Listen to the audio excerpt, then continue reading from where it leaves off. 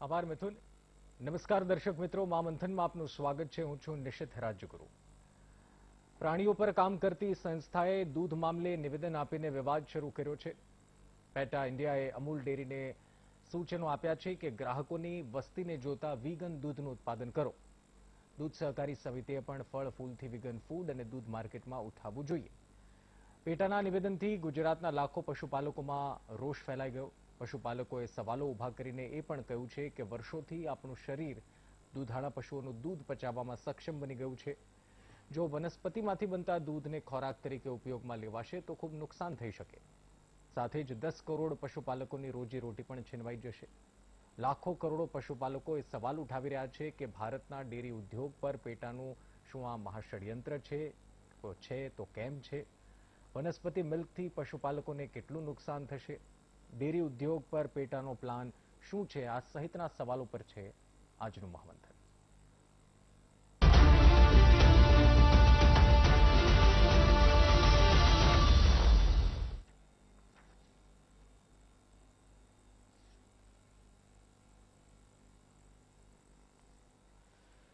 તો પેટા એટલે આપને જણાવી દઈએ કે એક એવી સંસ્થા છે કે જે પશુઓ સાથે થતા અત્યાચાર પર આ લડત લડે છે. People for the ethical treatment of animals એનું જે આખું નામ છે. 6.5 મિલિયનથી વધારે આ સંસ્થાના ફોલોઅર્સ છે અને તેમને કરેલા કામો એ સમગ્ર વિશ્વ પણ જાણે છે. પરંતુ આજનો જે આ વિવાદ છે અથવા તો આજનો જે આ મુદ્દો છે એ થોડો અલગ છે. પેટાએ કહ્યું કે વીગન દૂધ એટલે કે વનસ્પતિથી ઉત્પન્ન થતા દૂધનો ઉપયોગ કરવો જોઈએ. એટલે વનસ્પતિથી બનતા દૂધનો ઉપયોગ કરવો જોઈએ અને એમનો એક આશય કહેવાનો એ છે કે આ પ્રકારની પ્રોસેસથી પશુ જે છે એને નુકસાન પહોંચે છે. પરંતુ તેમના નિવેદન પર GCMMFના મિસ્ટર સોઢીથી લઈને પશુપાલકોએ નિવેદન આપ્યા અને તેમણે આડકતરી રીતે વિરોધ કર્યો. તેમણે ષડયંત્ર ગણાવ્યું પેટાનું.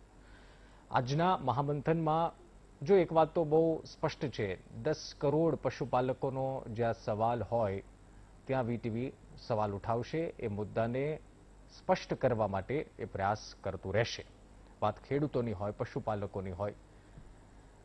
આજના મુદ્દાથી એ વાતનું સ્પષ્ટીકરણ મેળવવાનો પ્રયાસ કરવો છે કે હકીકતમાં આ સવાલો આટલા સમય બાદ ઉઠાવવા અથવા તો આવું સૂચન કરવું એની પાછળ શું કારણ છે, એની પાછળ શું સ્ટડી છે.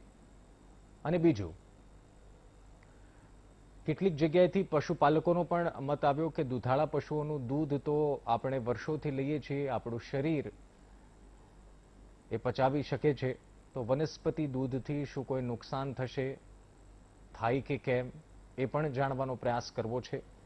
આખો જે મામલો સામાન્ય રીતે કેવો હોય છે કે મામલો ઉઠી જાય, નિવેદન દેવાવાળા નિવેદન આપી દે અને આપણને આખા મુદ્દામાંથી એક જ વાત ખબર હોય કે પશુપાલકોનો વિરોધ થયો અથવા તો આ ષડયંત્ર છે. અને એટલા માટે જ મહામંથનમાં આપણે આ વિષય પર એવા વિષય પર આપણે ચર્ચા કરીએ છીએ કે જેની ઉપર આપણને સ્પષ્ટીકરણ મળે. પહેલા તો આપને કહી દઉં કે આજે ચર્ચા કેમ છે, જેને ન ખબર હોય એને. તેમણે દૂધ મામલે પેટાએ નિવેદન આપ્યું. પેટા ઇન્ડિયાએ અમૂલ ડેરીને સૂચન આપ્યા કે ગ્રાહકોની વસ્તી જોતા તમે વિગન દૂધનો ઉપયોગ કરો અથવા તો એનું ઉત્પાદન કરો. હવે આ નિવેદનથી શું થયું કે જે પશુપાલકો ગુજરાતના છે એ રોષે ભરાયા અને સ્વાભાવિક રીતે ઉત્પાદક જે સંસ્થાઓ છે તેમણે પણ સવાલ ઉઠાવ્યા. કારણ કે એક વાત સ્વાભાવિક છે કે જો વનસ્પતિ દૂધનો ઉપયોગ લઈએ અથવા તો વનસ્પતિ દૂધનો આગ્રહ રાખે આ સંસ્થાઓ, તો જે પશુપાલકો આ સંસ્થાઓ સાથે સીધા જોડાયેલા છે, જે પશુપાલકો પાસેથી આ સંસ્થાઓ દૂધ લે છે, એ પશુપાલકોનું શું થશે એ મોટો સવાલ થઈ જાય.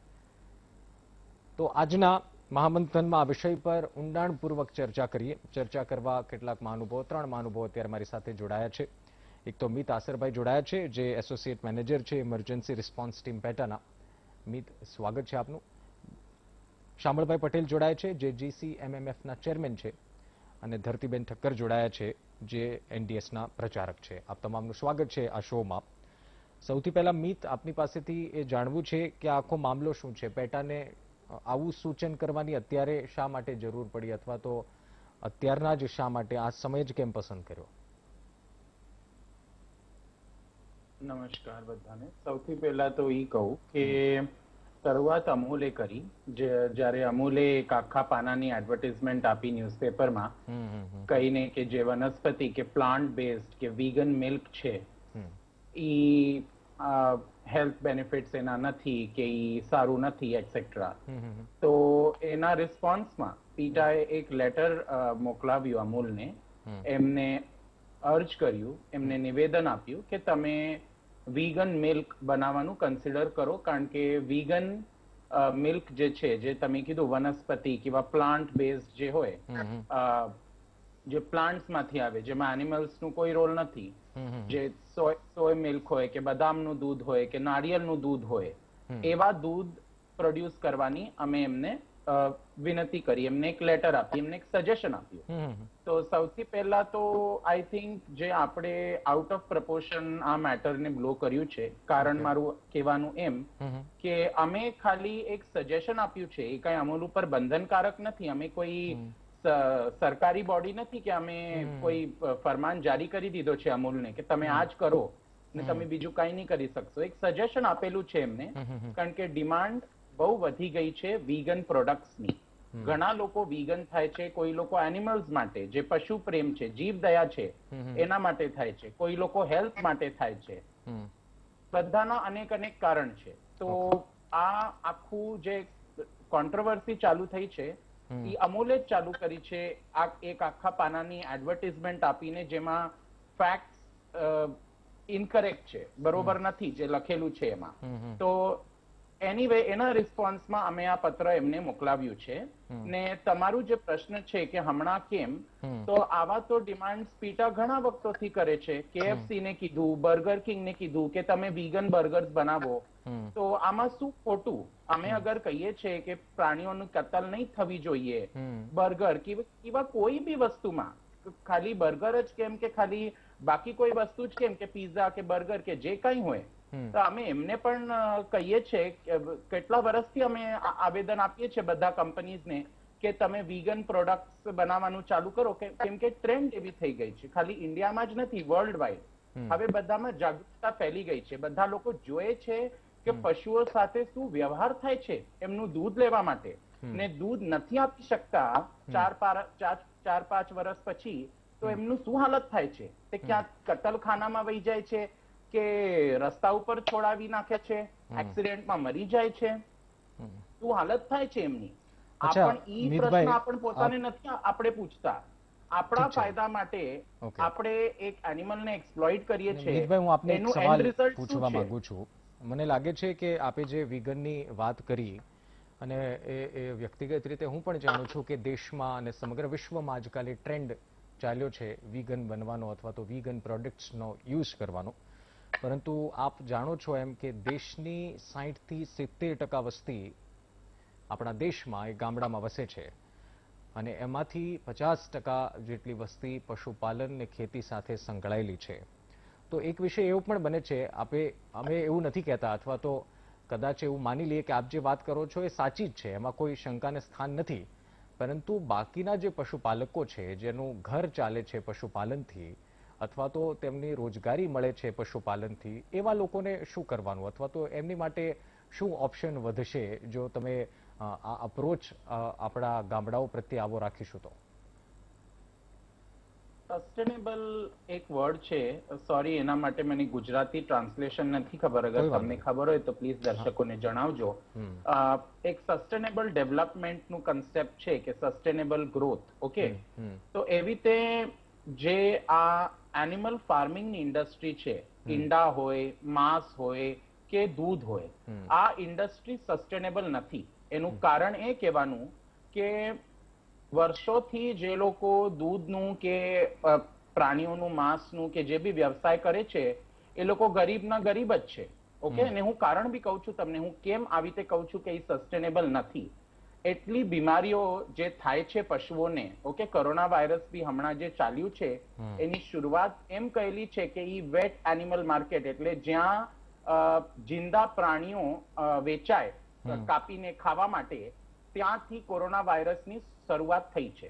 ને એ એક જ આ પેન્ડેમિક એવું નથી કે જેના કોરોના વાયરસ પણ ઘણા છે. SARS, CoV2, swine flu, avian flu, આ બધી બીમારીઓ પ્રાણીઓથી જ આવેલી છે.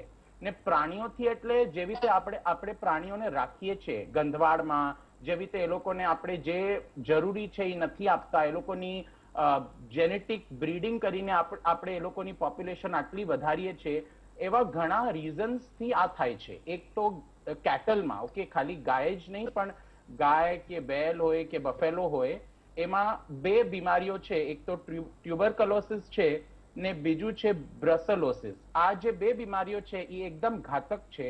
ને ઈ અગર થાય તો એઝ પર આપણા જે ઇન્ડિયામાં લોઝ છે, રૂલ્સ ને રેગ્યુલેશન્સ છે, અગર એક પ્રાણીમાં બી ઈ મળ્યું તો બધા પ્રાણીઓના કલિંગ ઈ ઇંગ્લિશમાં વર્ડ છે, એટલે એ લોકોનું કતલ કરવું પડે, કારણ કે ઈ બીમારી ફેલી નહીં શકે આગળ.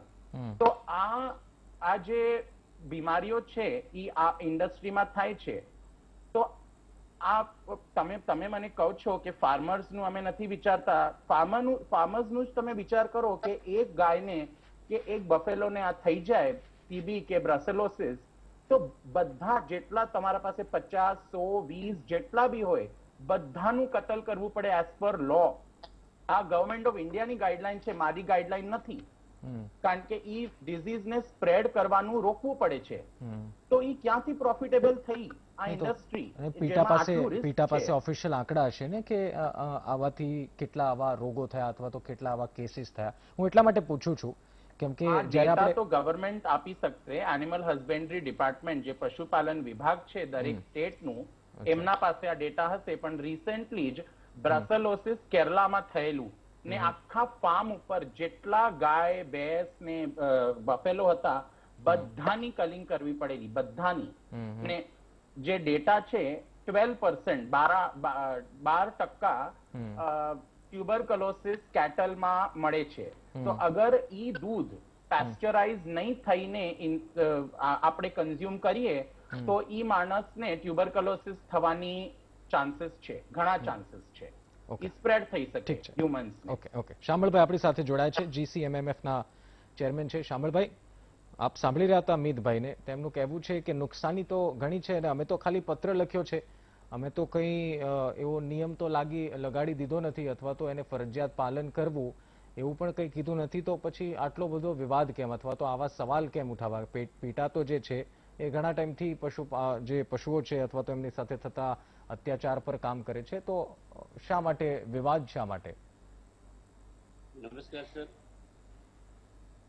અવાજ સંભળાય સાહેબ? નમસ્કાર. જી શામળભાઈ, અવાજ સંભળાય છે આપનો. જે પેટા અધિકારી શ્રી વાત કરી સાહેબ, પશુપાલનનો ધંધો આપણે 75 વર્ષથી ગુજરાતનો ભારતમાં થતો આવ્યો છે. સરદાર વલ્લભભાઈ પટેલ વખતે ત્રિભુવનભાઈ પટેલે સહકારી માળખાનું આયોજન કરી. એ વખતે ડોક્ટર કુરિયન અને ત્રિભુવન પટેલે 75 વર્ષ પહેલી આ સંસ્થાઓની રચના કરેલી છે. આપણી જે સંસ્થાઓ છે, ગ્રામ્ય લેવલે દૂધ મંડળી દૂધ ભરાવે અને દૂધ મંડળી આપણા ડેરી પ્રોડક્ટ જે જિલ્લાની સંસ્થા હોય એમાં દૂધ આવે. અત્યારે આ સંસ્થા સાથે ભારત દેશની અંદર 10,000 કરોડ ખેડૂતો સંકળાયેલા છે. તો આ ધંધા સાથે જે વાત કરી ભાઈએ કે બ્રુસેલોસિસના કારણે આ ધંધાને માઠી અસર આવે છે. આપણે એના NDDBની ટીમ, જે નિષ્ણાતો આપણા ડોક્ટરો છે, એ તજજ્ઞો એના માટે સંશોધન કરી એની રસી, એના માટે જે નિવારણ થતું હોય એ કરી આ રોગના પ્રતિકાર સામે ઘણી બધી દવાઓને એનું લોજલિંગ કરી આ રોગ અટકાવવા માટે પ્રયત્ન કરેલો છે. આપણા ગુજરાતમાં આવા કિસ્સા બનતા નથી સાહેબ, અને જે કિસ્સા કદાચ હોય તો એનું નિદાન કરી એનું સોલ્યુશન લાવવામાં આવે છે. પશુપાલક છે એ એના જાનવરને સારી રીતે માવજત કરે છે. કેટલ પણ ખવડાવવામાં આવે છે, ઘાસ લીલું પણ નાખવામાં આવે છે, સાયલન્સ પણ નાખવામાં આવે છે.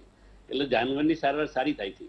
અને જે દૂધ પશુના જાનવરના સ્તનમાંથી આવે છે, ગાય કે ભેંસનું, એ આપણા વૈજ્ઞાનિકો એને પોષક આહાર તરીકે માન્યતા આપેલી છે.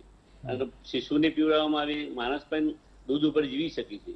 કોઈ પણ માણસ દૂધ પીવાથી એનું મૃત્યુ થયું નથી એવો કોઈ પણ દાખલો બન્યો નથી. તો પોષક આહાર તરીકે આ દૂધ એટલે આપણને સારી શામળભાઈ રીતે વાત દૂધની નથી, વાત અહીંયા છે પશુઓને રખરખાવની. પશુઓ જો દૂધ ના આપે, જેમ મિતભાઈ કહી રહ્યા છે, 5 વર્ષ પછી જો એ પશુ દૂધ નથી આપતું તો એમની સાથે કેવો વ્યવહાર થાય છે, ગંધવાડમાં રાખીએ છીએ આપણે પશુઓને. મિતભાઈના આ સવાલ છે. એટલે વાત દૂધની ક્વોલિટી કરતા પશુઓ સાથે દૂધ લેવા માટે શું થાય છે એ સવાલ છે.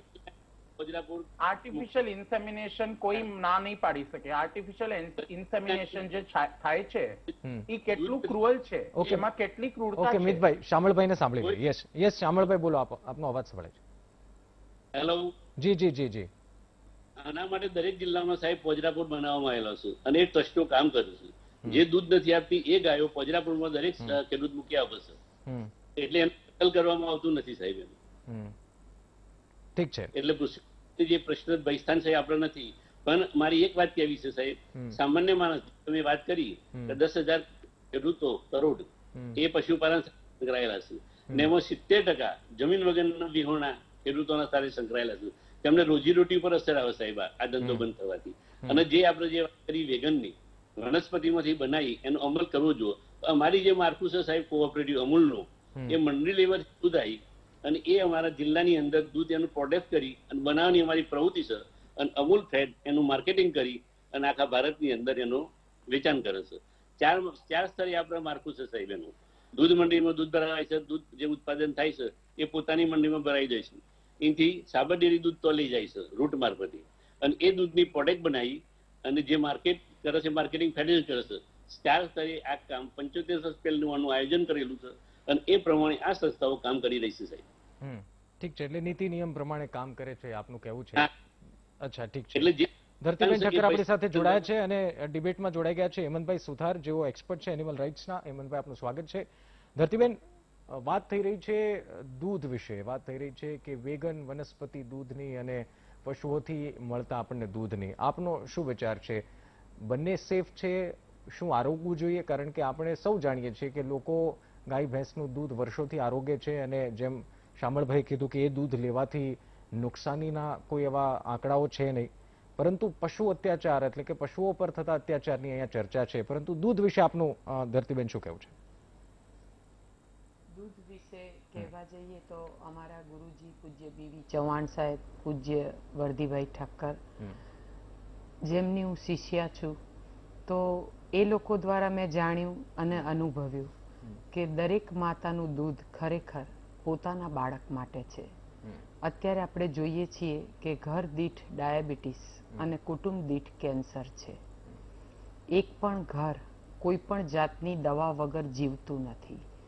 તમારો પરિવાર, પડોશી, તમારા ફ્લેટમાં, એપાર્ટમેન્ટમાં, તમે ગમે ત્યાં કોઈ એક ઘર ખાલી નોક કરીને બતાવો કે કોઈ પણ એક ઘર દવા વગર જો જીવતું હોય તો એ તમે શોધી નહીં શકો. અને ખરેખર અમે પોતે અનુભવ્યું છે કે આ 84 લાખ યોનિમાંથી કોરોના જેવી મહાબીમારી કોને થઈ? 84 લાખ યોનિમાંથી માત્ર ને માત્ર મનુષ્યને થઈ. આપણે આટલું બધું સેફ જાળવીએ, હાથ ધોઈએ, ચોખ્ખાઈ રાખીએ, પણ તમે જુઓ કે ગાય અને ભેંસ હોસ્પિટલના, હોટલના અને આપણા ઘરના ગંદા કચરા ખાય છે, છતાં પણ એને કોરોના નથી. કારણ એક જ છે, 84 લાખ યોનિમાંથી કોઈ પણ યોની પારકી માનું દૂધ પીતી નથી. દરેક માનું દૂધ પોતાના સંતાન માટે છે. એટલે આપણે ગાય ભેંસનું દૂધ લેવું જોઈએ ન લેવું જોઈએ? ન લેવું જોઈએ. એ એના બચ્ચા માટે છે. અચ્છા, એ એમના બચ્ચા માટે છે. ઓકે. પરમાત્માએ વ્યવસ્થા કરી છે કે એક માને દૂધ ક્યાં સુધી આવે છે, વરસ, સવા વરસ પછી કેમ ભગવાને એની ધારા બંધ કરી? કારણ કે દૂધમાં જે લેક્ટોસ છે એ આપણે નથી પચાવી શકતા. દાંત આવતાની સાથે જ આપણી લેક્ટિન નામની ગ્રંથિ જ સિવાઈ જાય છે, જેથી આપણને દૂધ પચતું જ નથી. નહીં તો કોની કુંડળીમાં બાયપાસ, બીપી, ડાયાબિટીસ આ બધા રોગ કોઈની જન્મ કુંડળીમાં લખ્યા નથી, પણ છતાં પણ આવે છે. તો આપણે જ આપણી ભોજન પ્રથાને બદલી અને પૂજ્ય બીવી ચૌહાણ સાહેબની નવી ભોજન પ્રથા અથવા તો નેચરોપથી તરફ વળવું પડશે. ઠીક છે. ઓકે. હેમંતભાઈ આપણી સાથે જોડાયા છે. હેમંતભાઈ, મુદ્દો, મને આશા છે કે આપને ખ્યાલ છે કે મુદ્દો શું છે. અને પેટાએ જે સૂચન કર્યું અમૂલને અને ત્યારબાદ આખો આ વિવાદ થયો, અહીંયા બે મુદ્દા હેમંતભાઈ આપણે ચર્ચા કરી રહ્યા છે. એક તો એ છે કે વનસ્પતિમાંથી બનતા દૂધનો ઉપયોગ કરવો કે ન કરવો, અને બીજો મુદ્દો એ છે કે જો એનો આગ્રહ રાખીએ તો આપણા દેશમાં અને ખાસ આપણા રાજ્યમાં જે પશુપાલક છે 10 કરોડથી વધારે છે, એમની સ્થિતિ શું થાય, અથવા તો એમના વિશે ન વિચારીને આપણે આ કરવું જોઈએ. આપનું શું મંતવ્ય છે આ મુદ્દા પર?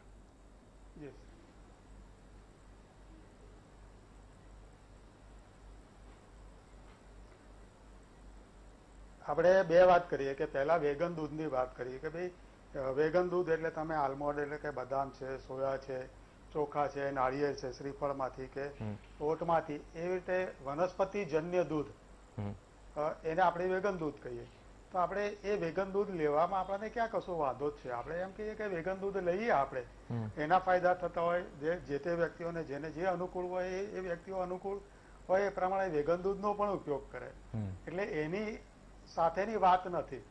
અત્યારે વાત એવી છે કે શું આપણે વેગન દૂધ લેવાનું ચાલુ કરી અને આપણે જે એનિમલ, જે આપણે મિલ્ક કે આપણે દૂધાળા ઢોરો પાસેથી આપણે જે દૂધ મેળવીએ છીએ એને બંધ કરવાની વાત કરીએ છીએ. એટલે આપણે આખો ડેરી ઉદ્યોગ આપણે બંધ કરવાની વાત કરીએ છીએ. એ બહુ મોટો વિષય છે. હવે વાત એવી છે કે આપણે પશુપાલન ક્યાંથી કરીએ છીએ. આપણે કોઈ પણ નાના છોકરાને પૂછીએ તો એમ કે ભાઈ ભારત એ ખેતી પ્રધાન દેશ છે અને બીજો ઉદ્યોગ પશુપાલનનો છે.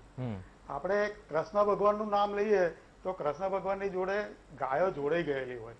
એટલે આપણી તો સંસ્કૃતિ છે, આપણે જન્મ્યા ત્યારથી સંસ્કૃતિ છે. અને આપણે જોઈએ છે કે ગાયને માતા કહીએ છીએ. ઘણા લોકો કે ગાયના ઉપર અત્યાચાર થાય કે પ્રાણીઓ ઉપર અત્યાચાર થાય.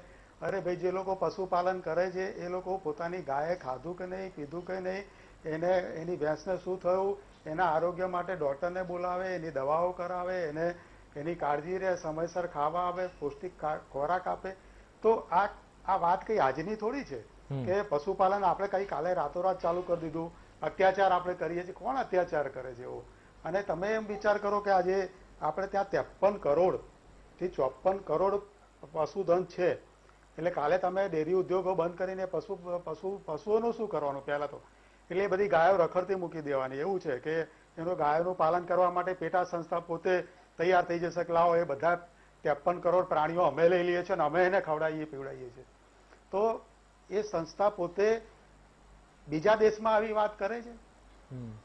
એ સંસ્થા પોતે અમેરિકામાં આવી વાત કરે છે. એ સંસ્થા પોતે ઓસ્ટ્રેલિયામાં આવી વાત કરે છે. એ સંસ્થા પોતે બીજી ડેરી ઉદ્યોગો જે દેશોમાં સારા ચાલે ત્યાં એવું કહે છે કે આ બંધ કરો. એટલે પહેલી તો આ સંસ્થા ઉપર ઘણા લોકોએ શંકા કરી કે આ સંસ્થાનું કામ જ એવું છે કે ક્યારેક એને હું વધારે વિગતે નહીં જઉં. તો પહેલી વાત એ છે કે આ સંસ્થા પોતે તટસ્થતાથી કામ કરે છે. એક. બીજું, શું એકલા ડેરી ઉદ્યોગની વાત છે અહીંયા આગળ? શા માટે એકલો ડેરી ઉદ્યોગ? તો પછી મત્સ્યપાલન, માછલીઓનો પણ ઉછેર થાય છે. ત્યાં પોલ્ટ્રી ફાર્મમાં મરઘીઓનો પણ ઉછેર થાય છે. તો તમે એવા બીજા ઘણા ઉદ્યોગો છે. આપણે સી ફૂડ કહીએ, દરિયાઈ ખોરાક. વિશ્વના કેટલા બધા લોકો દરિયાનો ખોરાક લે છે અને પ્રાણીઓને મારીને ખાઈ જાય છે. અહીં તો અત્યાચારની વાત છે. અહીં તો પૂરેપૂરા ખાઈ જવાની વાત છે. તો પૂરી હત્યા કરવું અને અત્યાચાર કરવો, બેની વચ્ચે નાનો મોટો તફાવત તો છે જ. અને કોણ હત્યા કરશે? કોણ અત્યાચાર કરશે? અત્યાચાર એ કરશે કે જે ગાય પોતાની રોજીરોટી આપતી હોય, જે ગાયને કારણે પોતાના કુટુંબનું ભરણ પોષણ થતું હોય, જે ગાયને કારણે એને મહિને દાડે 15-25 હજાર મળતા હોય, તો એ ગાયોને કે એવી ભેંસોને એ લોકો અત્યાચાર કરશે? અરે ભાઈ, ઘણા લોકોની તો ગાય અને એની ભેંસો વચ્ચે એટલો બધો સંબંધ મેં તો જોયો છે કે ગાય કે ભેંસ મરી જાય ને તો એનો પશુપાલક રડે છે. એટલે એ રડે છે એની પાછળ એ નથી કે મારું દૂધ ગયું. એ રડે છે એની પાછળ છે કે ગાયને પોતાને ખબર હોય છે કે આ મારા માલિક છે. માલિકનો અવાજ સાંભળે. અરે ગાય પોતે એના માલિકના અવાજ સાંભળે ને માલિક દુઃખી દેખાય ને તો ગાય પોતે દુઃખી હોય છે. એટલે આ જે લાગણીનો સંબંધ છે એ તો દેખાતો નથી. એટલે આપણે સમજીએ કે 10 પશુપાલકો છે તો 10 પશુપાલકો અત્યાચાર કરે છે. કોઈ એક પશુપાલક કદાચ અત્યાચાર કરતો હોય તો એ ખોટી વાત છે, બરાબર. પણ 9 થી 9 જણા છે એમાંથી એ લોકો ગાય પર કે એની ભેંસ ઉપર કે એના દૂધ આપતા પ્રાણીઓ પર, બળદ પર બી અત્યાચાર નથી કરતા. તમે એમના બળદ કે એમના ગાયો સાથે લાગણી સાથે જોડાયેલા મેં તો જોયેલા છે. તો આપણે આ જે વાત કરતા હોઈએ ત્યારે બધા જ સંદર્ભમાં વિચારવું જોઈએ. એક આંકડો એવો સરસ મજાનો છે આપણો કે 10 કરોડ લોકો આના ઉપર આધાર રાખે છે. તો જેની ખેતી નથી ચાલતી, ખેતરમાં પાક નથી થતા, દુકાળ પડે છે, ત્યારે દૂધની આવક ઉપર કુટુંબો નભતા કેટલા બધા કુટુંબો છે. અને પશુપાલન આજનો વ્યવસાય નથી. હું તો કહીશ કે પશુપાલન તો 5000 વર્ષ, હું તો કહું કદાચ એનાથી પહેલાનો પશુપાલન છે. માણસ જન્મ્યો તો માણસને એની સાથે ગાય કે એની સાથે ભેંસ તે વખતથી જ જોડાઈ ગયેલી. અને એ ગાય ભેંસની કેટલામી પેઢી છે. તમે 5000 વર્ષ વાત કરતા હોય તો એ ગાયની પણ કદાચ 1000મી પેઢી ચાલતી હશે. તો એ પેઢી દર પેઢી માણસ જોડે જોડાયેલી છે. આ બધી વાઇલ્ડ નથી. એટલે કે આ કઈ વાઘ, સિંહ કે દીપડા કે હાથી નથી કે જે લોકો માણસથી જોડે નથી રહેલા. આ ગાયો તમારા ઘરના આંગણે આવીને ઉભી રહે છે. આ ગાયો માણસો જોડે જાય છે. આ માણસો એક વિસલ અવાજ કરે ત્યારે માણસો એ દિશામાં જાય છે. તો આપણો તો હજારો વર્ષનો નાતો છે. એટલે અત્યાચાર વાળી વાત છે ને, એમાં અતિશયોક્તિ તો ઘણી મોટી છે. ઠીક છે. એટલે જયેશભાઈ પટેલ આપણી સાથે, એમને ઓકે ભક્તો હેમંતભાઈ, જેને જયેશભાઈ કહેવું પટેલ છે. આપણી સાથે જોડાયા છે, સુમુલના ડિરેક્ટર છે. જયેશભાઈ, સ્વાગત છે.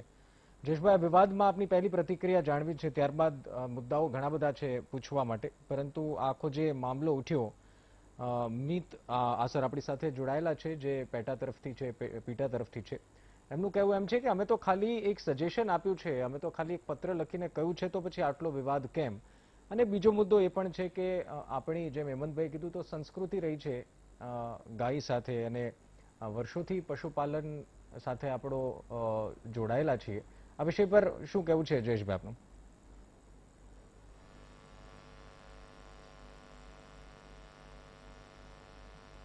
જે રીતે વાતો ઊભી થઈ રહી છે, ખાસ કરીને શ્વેત ક્રાંતિ અને આવ્યા પછી જે રીતે ભારતમાં દૂધ પ્રથમ ગમે છે સમગ્ર વિશ્વમાં, અને માત્ર પ્રાણીઓના બહાના કાઢીને જે રીતે દૂધના વ્યવસાય સાથે જોડાયેલા પશુપાલકો પર જે રીતે આ સંસ્થાએ હુમલો કર્યો છે, એ જોતા સમગ્ર ભારતના 10 કરોડ પશુપાલકોની રોજગારી સામે એના મોટા પ્રશ્નો ઉભા કર્યા છે.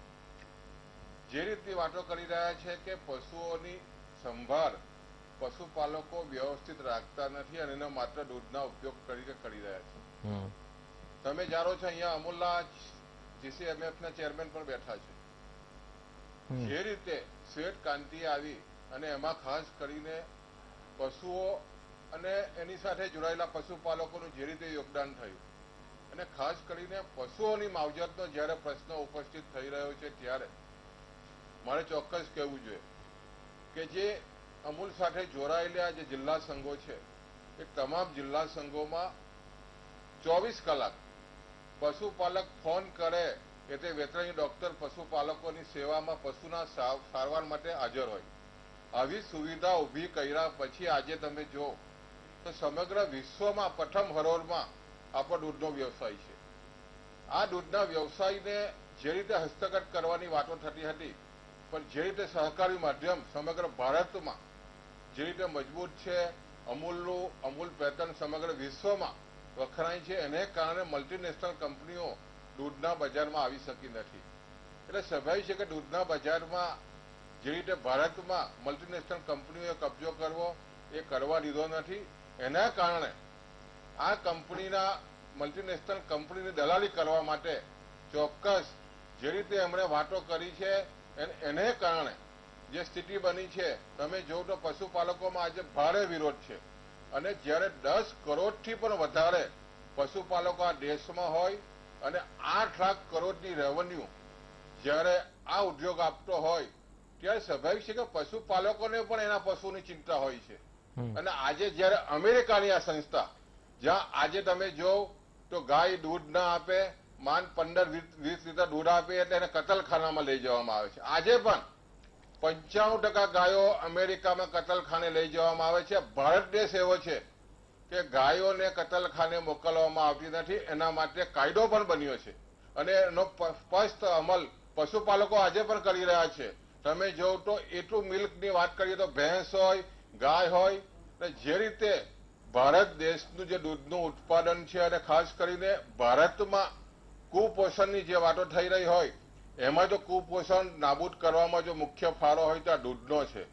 એટલે મારું તો સ્પષ્ટ માનવું છે કે આ સંસ્થા મલ્ટીનેશનલ કંપનીઓને પોતાની દલાલી કરીને મલ્ટીનેશનલ કંપનીઓને ખાસ કરીને અમેરિકામાં તમે જો તો સોયાબીનની સૌથી વધારે વિશ્વમાં જો સૌથી વધારે ખેતી સોયાબીનની અમેરિકામાં થઈ રહી છે અને એ સોયાબીન જે રીતે બીજા દેશોમાં નિકાસ કરવા માટે આ જે રીતે તમારે વનસ્પતિનું જે દૂધ બનાવવાની જે વાત છે એ પાયામાં આ સોયાબીનનો નિકાસ કરવા માટેની વાત આ કંપની આ જ સંસ્થાએ કરી છે.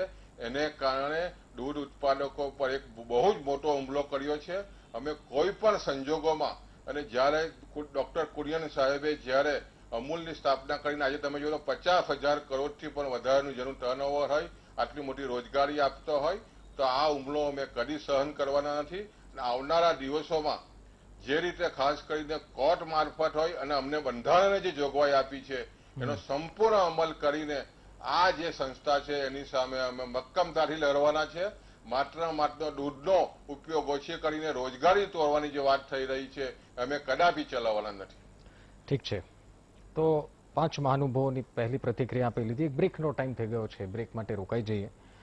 મૂળ સંસ્થાના કામ ઉપર સવાલ ઉઠ્યા છે, સાથોસાથ એ વાત પણ સત્ય છે કે આપણો ઇતિહાસ અને આપણી ઐતિહાસિક સંસ્કૃતિ એ પશુઓ સાથે જોડાયેલી છે અને વર્ષોથી પશુપાલન વ્યવસાય સાથે આ દેશના લોકો જોડાયેલા છે. આ વિષય પર ચર્ચા કરીશું એક બ્રેક બાદ.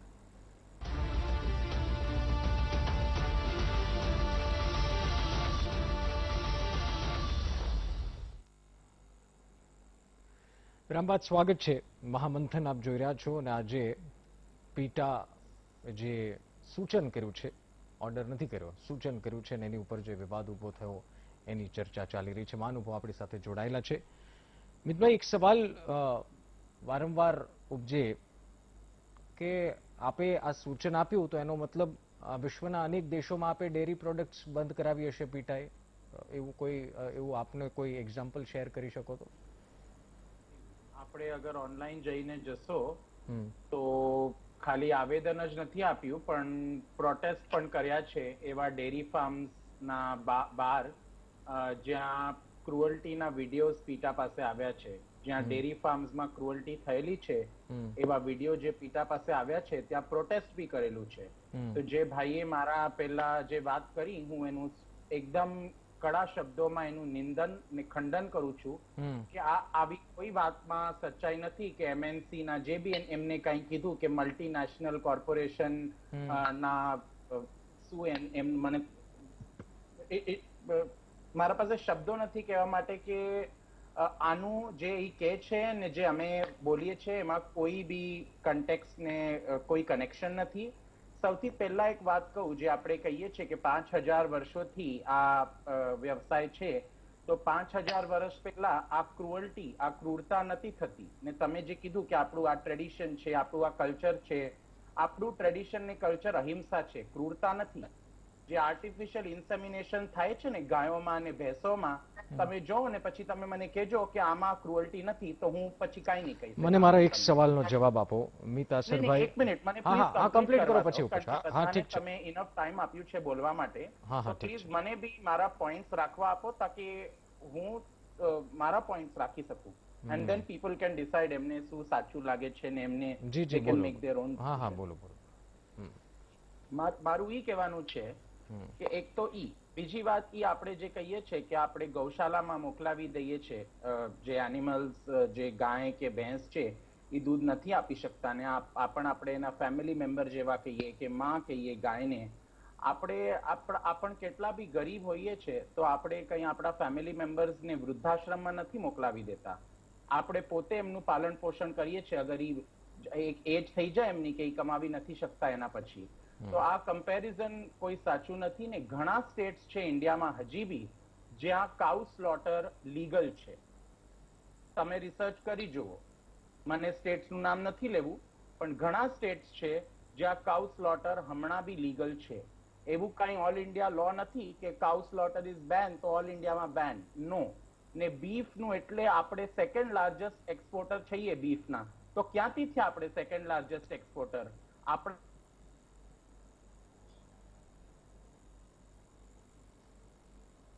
લાગે છે એમની સાથેનો જે સંપર્ક છે નથી પડતો. પાંચ- જી જી હલો જી જી જી જી બોલો. 5 થી 10% જે ગાયો અને ભેંસો છે ઈ ગૌશાળામાં જાય છે. બાકી મેજોરિટી ભેંસોની તો વાત જ નહીં કરવાની, કારણ કે ભેંસો માટે કોઈ કાનૂન નથી કે ભેંસોનું કત્લ ઇલીગલ છે એવી કાંઈ વાત નથી. ભેંસોનું તો કત્લ બધા જ સ્ટેટ્સમાં લીગલ છે.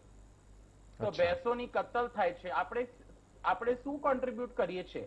આ દૂધ પીને ને જે લેધર ને બીફ ઇન્ડસ્ટ્રી છે એ ક્યાંથી ચાલે છે? હમ આ જે બધા એનિમલ્સ છે જે એક ટાઈમ એ લોકો દૂધ આપવાનું બંધ થઈ જાય, વૃદ્ધ થઈ જાય, એના પછી જાય જ છે ને ત્યાં. તમે એક 5-10% એનિમલ્સ ને ગૌશાળામાં મોકલાવી શકો છો. બાકી એનિમલ્સ નું શું થાય છે? હમ એ તો કત્તલખાનામાં જ જાય છે. એ તો રોડ ઉપર છે. ક્યાંથી આવ્યા આટલા જે સ્ટ્રે કેટલ છે? ઘડી કેટલા ન્યૂઝ ચેનલ ઉપર હું જોઉં છું ઈ કે આ રસ્તા ઉપર જેટલા પ્રાણીઓ છે એમના લીધે એક્સિડન્ટ થાય છે. પણ ઈ રસ્તા ઉપર ક્યાંથી આવ્યા? ઈ થોડી રસ્તા ઉપર પેદા થયેલ છે. ઈ તો લોકોના તબેડામાં પેદા થયેલ છે. ત્યાં ઈ લોકોએ દૂધ બધું આપ્યું, પછી બુડા થઈ ગયા તો એ લોકો આવી ગયા રસ્તા ઉપર, કે બેલ હોય તો એને રસ્તા ઉપર છોડી નાખે. તો આ ક્રુઅલ્ટી આપણને નથી દેખાતી? હું પૂછું હવે મિતભાઈ આપને સવાલ. જી પ્લીઝ. તમે ગુજરાતના કયા વિસ્તારોમાં મુલાકાત લીધી છે, અથવા તો પશુપાલકોના ઘરે આપ ગયા છો, ગૌશાળામાં આપ ગયા છો? આપે કોઈ મુલાકાત લીધી હશે અથવા આપે જોયું હશે ત્યારે જ આપ બોલતા હશો. ગુજરાતના કયા ગામડે આપ પહોંચ્યા ઓલ હતા? ઇન્ડિયા લેવલ ઉપર થયેલી છે. એક સ્પેસિફિક સ્ટેટ કે સ્પેસિફિક ડિસ્ટ્રિક્ટ ની વાત નથી. નહીં, આ જે પ્રેક્ટિસ છે આર્ટિફિશિયલ ઇન્સેમિનેશન ની, એ બધી જગ્યા જ થાય છે. અચ્છા, ઠીક છે. નાનાથી નાના તબેલામાં થી મોટા ડેરી ફાર્મમાં. ઓકે, એટલે આપની પાસે હું જે સ્પેસિફિક તમને કહું છું, તમે પ્લીઝ પૂછો જે બાકી પેનલિસ્ટ છે, અગર ઈ કહેશે, ઈ નહીં કહી શકશે કે આર્ટિફિશિયલ ઇન્સેમિનેશન અમે નથી કરતા, કારણ કે ઈ પ્રેક્ટિસ બધી જગ્યા જ થાય છે. નહીં નહીં ઠીક છે, ગરીબથી ગરીબ હું આપનો મુદ્દો સમજી ગયો. ફાર્મર છે થી ઓકે. મોટા કંપની. હું આપનો મુદ્દો સમજી ગયો, પણ મને લાગે છે આપ મારા સવાલ નથી સમજી શક્યા. આપે કીધું કે ઓલ ઇન્ડિયા લેવલે આ રિસર્ચ થયું છે અથવા તો સ્ટડી થયું છે, તો ગુજરાતનો કોઈ ભાગ તો લીધો હશે ને, કે ગુજરાતમાં ક્યાંક તો સ્ટડી થયું હશે, એમની કોઈ જગ્યા હશે, કંઈક જોયું હશે. કેમ કે ઓલ ઇન્ડિયા સ્ટડીની આપણે વાત કરી દઈએ અને અહીંયા જે બેઠેલા મહાનુભાવો છે એમની માટે પણ કદાચ જરૂરી છે, એટલે પૂછું છું. ઇન્ડસ્ટ્રી છે, આ ઇન્ડસ્ટ્રીમાં કયા પ્રેક્ટિસીસ છે હું એમની વાત કરું છું તમારા સાથે. ઈ ગુજરાતમાં બી સેમ છે, ઈ મહારાષ્ટ્રમાં બી સેમ છે, ને ઈ કેરલામાં બી સેમ છે. ઈ ચેન્જ નથી થતા, કારણ કે એક ઇન્ડસ્ટ્રી છે, ઈ ઇન્ડસ્ટ્રીની પ્રેક્ટિસ છે. ઓકે, ભારતમાં કયા કયા મિતભાઈ રાજ્યોમાં આપે આવી રીતે મુદ્દો ઉઠાવ્યો છે, અથવા તો આ મુદ્દાને ઉઠાવીને આપે બંધ કરાવ્યું હોય, એવી કોઈ ઘટના બંધ કરાવવાની અમે કોઈની સાથે વાત કરી નથી, ને અમારી પાસે કોઈ ઓથોરિટી નથી કે અમે કોઈને બંધ કરાવી શકીએ. નહીં, આપ બાકી બધા દેશોમાં પ્રોટેસ્ટ કરી લો છો. કારણ કે કોઈને ઈ રોંગ સંદેશ નહીં જવું જોઈએ. અમારા પાસે કોઈ આવી ઓથોરિટી નથી, અમે કોઈ ગવર્મેન્ટ નથી કે અમે કોઈને કહી શકીએ કે તમે આ બંધ કરો ને અમે જે કહીએ છીએ તમે ઈ જ કરો. અમે સજેશન આપ્યો છે. ઓકે, ઈ સજેશન માનવાનું નહીં માનવાનું ઈ અમૂલ કે બધા બાકી કંપનીઝ પાસે અધિકાર છે. મેં તમને પહેલા પણ કીધું, KFC, મેકડોનાલ્ડ, બર્ગર કિંગ, આ બધા અબ્રોડના જ કંપનીઝ છે. એમને પણ અમે આવેદન આપ્યો કે તમે વીગન બર્ગર બનાવો, તમે વીગન વસ્તુઓ વેચો. તો એમાં શું, એમાં રોંગ શું છે મને ઈ કહો ને તમે. નહીં, જ્યારે ઇમોશન્સ, મિતભાઈ મિતભાઈ મારો છે ને એક વાત આપ સમજી લો. મને લાગે છે કે આપ થોડા એગ્રેશનમાં આવી ગયા અને મને પૂછો છો, પણ મારી એક વાત, હું એગ્રેશનમાં બિલકુલ નથી. હું ખાલી એક મારું પોઈન્ટ રાખવાનો પ્રયત્ન કરું. આપના પોઈન્ટ રાખવાની જે કાર્ય પ્રણાલી છે મિતભાઈ, એ આપના ચહેરા પર દેખાય છે, ઇટ્સ ફાઇન, મને એનાથી વાંધો નથી. પણ મારો ખાલી એક મુદ્દો સમજી લો કે જ્યારે અહીંયા પશુપાલકોની વાત થતી હોય ત્યારે સ્વાભાવિક રીતે બે દ્રષ્ટિકોણ એના મિતભાઈ હોઈ શકે. એક દ્રષ્ટિકોણ જેમ હેમંતભાઈ કીધું કે જેને વિગન યુઝ કરવો હોય એ વિગન યુઝ કરે, વિગન યુઝ ન કરવાનો તો કોઈ વિરોધ જ અહીંયા નથી થઈ રહ્યો. પરંતુ બીજો મુદ્દો, જ્યારે પશુપાલકોનો વિચાર કરીએ અને આપ એમને ઓલ ઇન્ડિયા રિસર્ચ સ્ટડીના નામે એમ કહી દેતા હો કે આ બધી પ્રેક્ટિસ બધી જ જગ્યાએ થઈ રહી છે, તો હું એટલા માટે આપને સવાલ પૂછું છું કે જો આપ કોઈ સ્ટેન્ડ વગર અથવા તો આપ કોઈ પ્રૂફ વગર આપ પૂછતા હો, તો મને લાગે છે બાકીના મહાનુભાવો આપને સવાલ પૂછે એની કરતા હું આપને સવાલ પૂછી લઉં તો એ ક્લેશ ના થાય. ઘણા વિડીયોઝ પીટાએ અપલોડ કર્યા છે એમના યુટ્યુબ ચેનલ ઉપર, એમના વેબસાઇટ ઉપર. તમે ત્યાં જઈને જોઈ શકો. એમાં બધા ડિટેલ્સ છે. ને હું જે કહું છું, ફરીથી દોહરાવું છું કે એક ઇન્ડસ્ટ્રી પ્રેક્ટિસ છે. આ બધી જગ્યા આર્ટિફિશિયલ ઇન્સેમિનેશન, આ બધા પ્રેક્ટિસીસ જે છે એ બધી જગ્યા કરવામાં આવે છે. આ ગુજરાત સ્પેસિફિક નથી, આ આખા ઇન્ડિયામાં ચાલે છે. અચ્છા, જે પશુપાલક પાસે પોતાની જમીન હજી નથી, એક વાત કહી દઉં જે કે પશુપાલક જે પાસે પોતાની જમીન નથી અને 2-5 ગાય રાખીને એ પોતાનું ગુજરાન ચલાવતા હોય, ત્યાં પણ આવી પ્રેક્ટિસ થાય છે એવું આપનું કહેવું છે? બિલકુલ બધી જગ્યા જ થાય છે. અચ્છા, એ પ્રેવેલન્ટ થઈ ગયું છે. કારણ કે હવે એ બી કહી દઉં કે એક કારણ એનું એવું છે કે એક નેચરલ મેટિંગ કરવામાં જે ખર્ચો થાય છે, એક માણસને એક બેલ લઈ આવવામાં, એક ગાય સાથે નેચરલ મેટિંગ કરવામાં જેટલો ખર્ચો થાય છે એનાથી ઓછા પૈસામાં આર્ટિફિશિયલ ઇન્સેમિનેશન થઈ જાય છે. પણ એ એકદમ ક્રુઅલ છે. અચ્છા, એક તો મિતભાઈ વાત થઈ વ્યવસાય સાથે જોડાયેલા, એટલે કે આ પશુપાલક વ્યવસાય સાથે જોડાયેલા લોકોની. અચ્છા, એક દ્રષ્ટિકોણની વાત થઈ મિતભાઈ, મારો સવાલ. અચ્છા, ઠીક છે. એક વાત થઈ જેનું આપ કહી રહ્યા છો કે બધે જ આ પ્રેક્ટિસ જનરલ થઈ ગઈ છે, બધે જ આ થઈ રહ્યું છે. એક વાત થઈ પશુપાલન વ્યવસાય સાથે જોડાયેલા લોકોની, અને એક બીજો દ્રષ્ટિકોણ હેમંતભાઈ આપ્યો એ હતો ઇમોશન્સનો, આપણા ટ્રેડિશનનો, આપણી સંસ્કૃતિનો. તો એની સાથે કોઈ લેવા દેવા નથી, અથવા તો એ આપણે ક્યાંય જોયું નથી, પેટાએ ક્યાંય જોયું નથી કે ગાય સાથેનો, પશુપાલન અથવા તો પશુઓ સાથેનો જે લોકોનો ભારતમાં પ્રેમ હોય છે, એવા ક્યાંય દાખલા પેટાએ જોયા નથી? એ દેખાતા નથી કે જોયા નથી? પ્રેમ ખાલી આ જ રીઝન થી હોય કે એટલે પ્રેમ તો કઈ મળ્યા વગર પણ હોઈ શકે ને. વાહ. તમે એક વૃદ્ધ ગાયને રાખો ને તમે એનાથી પણ તમને પ્રેમ થઈ શકે. પણ એ ડિસાઈડ કરનાર પિતા કોણ છે કે એમણે વૃદ્ધ ગાયને રાખવી કે વાછરડાને રાખવી? સોરી, એ ડિસાઈડ કરનાર કોણ પેટા છે કે વૃદ્ધ ગાયને રાખીને પ્રેમ કરવો કે વાછરડી રાખીને પ્રેમ કરવો? ડિસાઈડ કરીએ છીએ. હું તો એક ખાલી પોઈન્ટ રાખું છું તમારા આગળ કે તમે કહો છો કે પ્રેમ કરે છે, તો પ્રેમ ના આગળ શું? એટલે તમે કહો છો ઠીક છે, ખાવાનું આપે છે, ડોક્ટરને બોલાવે છે, પણ એમના ઉપર જે ગુજરે છે, એમનું આર્ટિફિશિયલ ઇન્સેમિનેશન થાય છે 4 અઠવાડિયામાં. આ તો નેશનલ ડેરી બોર્ડની ગાઈડલાઇન્સ કે નેશનલ ડેરી બોર્ડે આ એન્ડોર્સ કર્યું છે કે 4 અઠવાડિયામાં તમે બચ્ચાને વીન કરી શકો. વીન એટલે માંથી કરી શકો કે માના દૂધ ઉપર ડિપેન્ડન્ટ ન થાય. અમૂલનું પોતાનું એક પ્રોડક્ટ છે કે બછડા માટે જે ગાયનું સબસ્ટિટ્યુટ દૂધ છે એ એને આપો. એનું કારણ એ કે વધારેથી વધારે જે આખું દૂધ છે ગાયનું એ વેચાઈ શકે. ઠીક છે, તો એમાં ક્યાંથી પ્રેમ આવ્યું? નહીં, હું જો આપ છે ને મિતભાઈ, ઠીક છે, આપનો જે મુદ્દો છે મને લાગે છે બીજા મહાનુભાવો છે. શામળભાઈ, મિતભાઈને આપ સાંભળી રહ્યા હતા.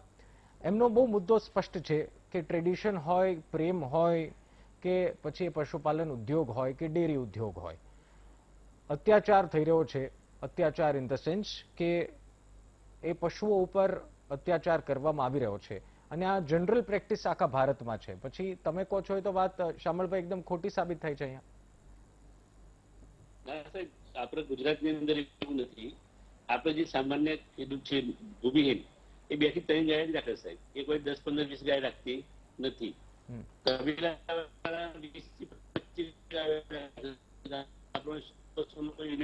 સામાન્ય અને ભૂમિહીન માણસો બેઠેલી જે ઇન્ડસ્ટ્રીની વાત કરે છે એ આપણા સાથે કોઈ સુસંગત થતું નથી સાહેબ. અને જે ખેડૂત છે અને જે એમના જોડે પશુપાલનનો વ્યવસાય કરે છે, એ દિલથી એને કોઈ તકલીફ પડે તો વેટેનરી સેવા કરવામાં આવે છે. દરેક સંસ્થાઓ, દરેક સંઘો 150 થી 200 ડોક્ટર. મિતભાઈ તો કે છે એવું નથી થઈ રહ્યું, આપ કહી રહ્યા છો એવું થઈ રહ્યું છે, તો આમાં માનવું કોનું? અમારે અત્યારે પ્રત્યક્ષ જોઈ જાય એ કંપનીનું બધા સંઘો. પણ હું તો એમ કહું છું કે તો આપે પીટાને આમંત્રણ આપવું જોઈએ. મિતભાઈ તો અહીંયા બેઠા જ છે, એમને આમંત્રણ આપે, એમને દેખાડો તો કદાચ પીટા આવા સૂચનો ન કરે. એમને જે પોઈન્ટ આપ્યા એ પોઈન્ટ ખોટા છે. આપણે મોટા ઇન્ડસ્ટ્રી 500,000 ગાયનું જેમ વિશ્વમાં છે એવી આપણે 1,000 ગાયના કોઈ તબેલા છે જ નહીં ગુજરાતમાં. ઇન્ડસ્ટ્રી કોઈ છે જ નહીં. સામાન્ય આપણે દાખલા તરીકે અમારે સાબરની વાત કરું, 3,60,000 ખેડૂતો 30 લાખ લીટર દહીંને કહેવાય છે. એમાં દરેક 3, 4, 5 ગાયો જ હોય સાહેબ. અને અમારા જે 2000 ખેડૂતો છે એ 50 ઉપર નથી રાખતા હોય. કશું અમે ઇન્ડસ્ટ્રી તો લોકો ડેવલપ જ.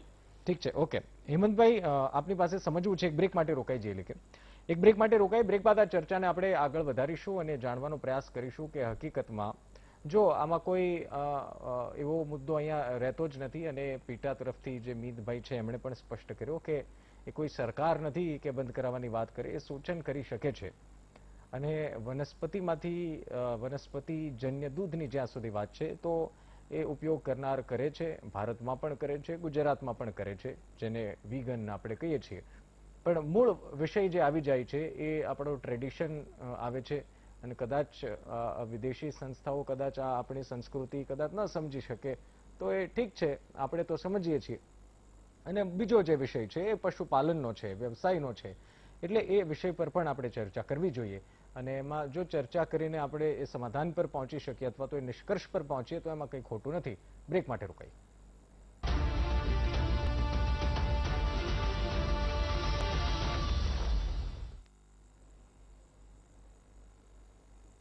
વિરામ બાદ સ્વાગત છે. મહામંથન આપ જોઈ રહ્યા છો અને ચર્ચાને આગળ વધારીએ. હેમંતભાઈ, આપે ચર્ચા સાંભળી અને મીતભાઈનું શું કહેવું એ પણ સાંભળ્યું અને શામળભાઈ શું કહ્યું એ પણ સાંભળ્યું.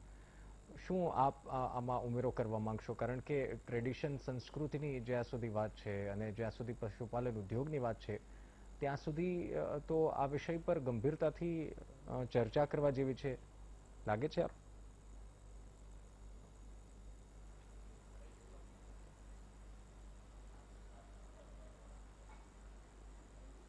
ના, ગંભીરતાથી વિચાર કરવાની જરૂર હોય ત્યારે ગંભીરતાનો અર્થ એવો થાય છે કે તમારી પ્રાયોરિટી નક્કી હોવી જોઈએ. હવે આપણે પ્રાયોરિટી વિચારીએ, ચલો આપણે જીવોને બચાવવા છે. કયા જીવોને બચાવવા છે? તો આપણે કે દૂધ આપે છે એ જીવોને બચાવવા છે. તો દૂધ આપે છે એ જીવોને તમારે બચાવવા હોય તો ગાયો અને ભેંસોની જે સંખ્યા છે એ છેલ્લી ગણતરીઓ પ્રમાણે જોઈએ તેની સંખ્યા વધી રહી છે. પહેલી વાત તો એ છે. એનો મતલબ એ છે કે તમારે બચાવવા હોય તો સંખ્યા વધી રહી છે. આ એક મહત્વની વાત છે કે સંખ્યા કેમ વધી રહી છે. તો હું તમને એમ કહીશ કે જે જીવોને માનવોને ઉપયોગીતા છે કે માનવોના આશરે છે એ જીવો બચ્યા છે.